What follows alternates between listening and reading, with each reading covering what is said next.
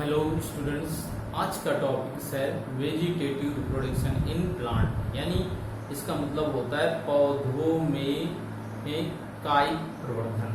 Okay, जैसा कि हम लोग है यहाँ पर लिखते हैं vegetative reproduction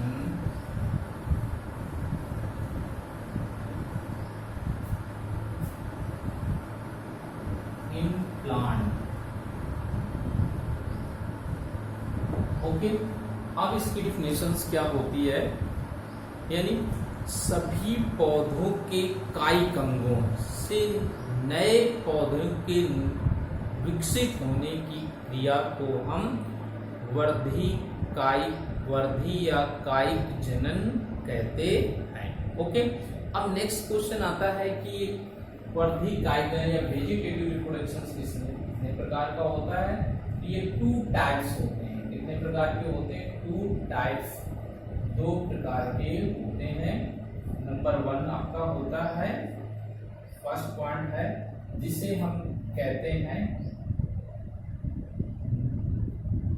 natural vegetative propagation.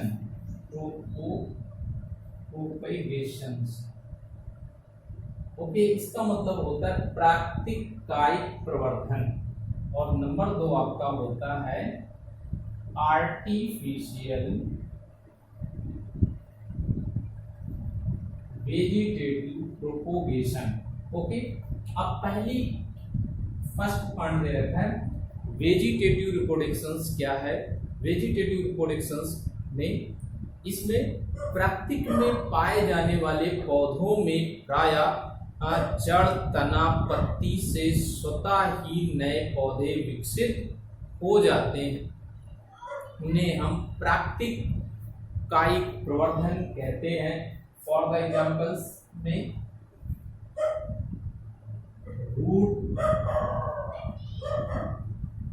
Stems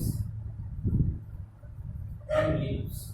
okay, आप मुझे फर्स्ट पॉइंट में आते हैं कि यानी रूट में किस टाइप्स का वेजिटेटिव रिप्रोडक्शन होता है। नंबर 1 पॉइंट ए पार्ट्स का है रूट्स, यानी जड़ों द्वारा। ओके, रूट्स में नेक्स्ट में हम लोग आते हैं तो फर्स्ट टाइम में हमारा रूट्स आते हैं, तो इसके अंतर्गत है यानी पृथ्वी में पाए जाने वाले ऐसे पौधे जिनके जड़ों से नए पौधे विकसित होते हैं, उन्हें हम मुख्य रूप से रूट्स प्लांट्स कहते हैं। फॉर द एग्जाम्पल, जिससे हम आइपोमिया शकरकंद होती है। दूसरा पॉइंट दे रखा सदावर, जिसे हम स्प्रेगस कहते हैं। और तीसरा पॉइंट आपका है डहेलिया। ये ऐसे एग्जाम्पल है, यदि इन पौधों की जड़ों को काटकर रोक देते हैं तो नए पौधों का निर्माण हो जाता है। इसी तरह एक यामा पौधा होता है जिसे हम डायोस्कैरियन के नाम से भी जानते हैं। इसके बाद कुछ उच्च वर्ग के भी पौधे आते हैं जिनके जड़ों से भी नए पौधे बन जाते हैं। फॉर द एग्जाम्पल्स में जैसे शीशम, जिसे दलबर्जिया सिसो कहते हैं। नेक्स्ट मुराया है। नेक्स्ट इसके बाद एल्बीजिया। ये ऐसे बड़े पौधे होते हैं जिनकी जड़ों से भी नए पौधे बनते हैं। नेक्स्ट पॉइंट में आते हैं, इसके बाद आता है नंबर बी पॉइंट आता है स्टेम द्वारा। स्टेम क्या होते हैं? यानी ऐसे पौधे जिनके तनों से नए पौधों का निर्माण होता है, किंतु ये तने निम्न प्रकार के होते हैं। इनको निम्न भागों में बांटा। It is a following types of the stems, निम्न भागों में बांटा गया है, जिसके अंतर्गत पहला पॉइंट आ जाता है, फर्स्ट पॉइंट आता है इसका है अंडरग्राउंड स्टेम, भूमिगत तना। ओके, भूमिगत तना क्या होते हैं? ये इस प्रकार के तने होते हैं जो प्रायः भूमि में मुख्य रूप से खाद्य पदार्थों को संचित करके अपने आकार में वृद्धि करते हैं। उन्हीं को हम अंडरग्राउंड स्टेम्स कहते हैं। फॉर द एग्जाम्पल, इसके अंतर्गत फर्स्ट पॉइंट में क्या आता है? इसके फर्स्ट पॉइंट में आता है ट्यूबर है। ट्यूबर का मतलब है कंद, इसका फॉर द एग्जांपल है पोटैटो। ओके, यानी ये इस प्रकार का तना होता है जो भूमि में जल खनिज पोषक तत्वों को अवशोषित करके फूल जाता है और उसमें कलिकाएं जैसी विकसित होती। इन्हीं कलिकाओं से नए पौधे का निर्माण किया जाता है। सेकेंड पॉइंट्स आते हैं राइजोम, जिसे हम प्रकंद कहते हैं। राइजोम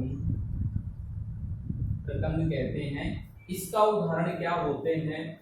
जिंजर है, जिंजर है, करकुमा है, हल्दी है आदि। ये भूमिगत क्षैतिज होते हैं।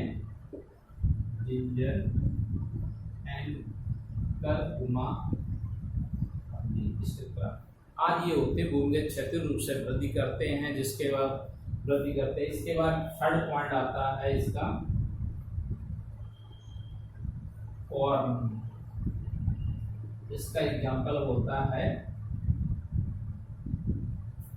अरबी है। कॉर्न क्या होते हैं? ये इस प्रकार के तने होते हैं जो प्रायः भूमि में अंदर भूमि के नीचे तने विकसित होते हैं। खनिज पदार्थों को अवशोषित करके वृद्धि करते रहते हैं। धीरे धीरे वो अपने आकार में बढ़ते जाते हैं। जैसे अरबी है, कोलोकेसिया है, केसर है जिसे हम क्राइकस कहते हैं, और जिमीकंद और बंडा आदि इसके एग्जाम्पल्स होते हैं। इसके बाद नेक्स्ट पॉइंट में आते हैं, कॉर्न के बाद आते हैं कैलोकेसिया। ठीक, इसके बाद 4 पॉइंट में हमारा आता है तो ट्यूबर है, राइजोम है, कॉर्न है। कॉर्न के बाद में नेक्स्ट आते हैं सल्क कंद, जिसे हम बल्ब कहते हैं, BULB बल्ब। इसके अंतर्गत क्या है? ओनियन है, गार्लिक है और इसके अंतर्गत और भी हमारे पौधे आते हैं जिसे रजनीगंधा भी है। ये ऐसे तने होते हैं जिनके ऊपर मुख्य रूप से सल्क पत्र उपस्थित होते हैं और प्रेजेंट होने के कारण ये मुख्य रूप से फूड मटेरियल को स्टोर करते हैं, शेप एंड साइज में ग्रोथ करते हैं। This is a card of the bulb like structure.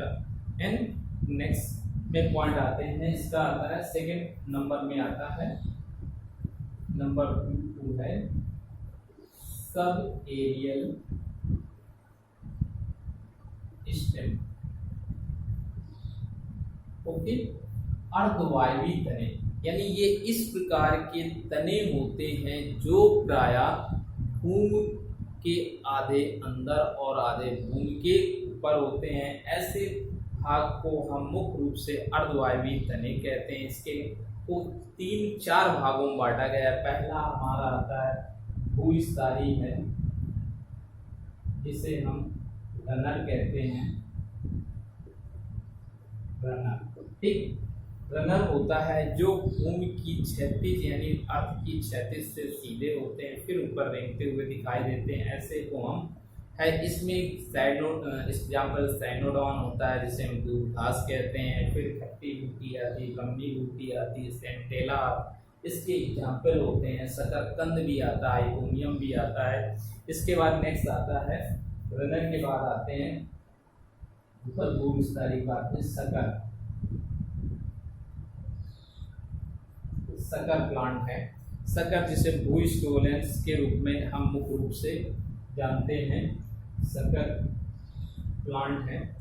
ये ऐसे पौधे होते हैं जो प्रायः भूमि की क्षैतिज भाग से विकसित हो जाते हैं और आगे की ओर धीरे धीरे करके विकास करते हैं। ऐसे भाग को हम मुख्य रूप से शक्कर प्लांट्स कहते हैं। शक्कर प्लांट के अंतर्गत मुख्य रूप से देखते हैं तो मुख्य पौधों के अंतर्भाग में विकसित हो जाते हैं और ये धीरे धीरे अपने भागों का निर्माण करते रहते हैं। ठीक जैसे कि हम लोग ये जानते हैं कि मुख्य रूप से होते हैं। इसके बाद भूस्थारी है, स्टोलेन आते हैं।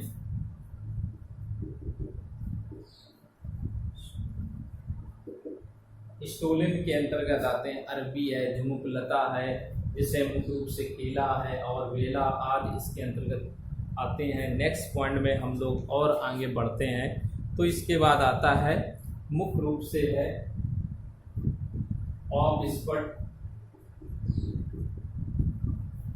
ऑफसेट, यानी इस ऑफसेट के अंदर अधिकतर पौधे जल निमग्न होते हैं, जल में ही तैरते रहते हैं, जैसे पिस्टिया है, जलकुंभी आदि इसके एग्जाम्पल्स होते हैं। अब नेक्स्ट पॉइंट में आते हैं, इसके बाद में तो हम नेक्स्ट पार्ट में इसको डिस्क्राइब कर लेते हैं। जैसे देखते हैं तो पॉइंट में देखते हैं तो हमारा यहाँ पर नेक्स्ट पॉइंट आता है लीफ, यानी पत्तियों द्वारा किस प्रकार से प्रजनन होता है। ये इस प्रकार के पौधे होते हैं जिनके पत्तियों के अग्रिम भाग पर अपस्थानिक कलिकाएं जड़ें विकसित होती हैं और इन जड़ों से नए पौधे बन जाते हैं। फॉर द एग्जाम्पल हैं जैसे अजूबा है, ब्रायोफिल्लम है, बिगोनिया है, नंबर 3 केलंचू आदि पौधों से ये प्राय विकसित होते हैं। अब इसके बाद नेक्स्ट में आते हैं तो में आते हैं आर्टिफिशियल रिप्रोडक्शन क्या होता है। Artificial vegetative reproduction,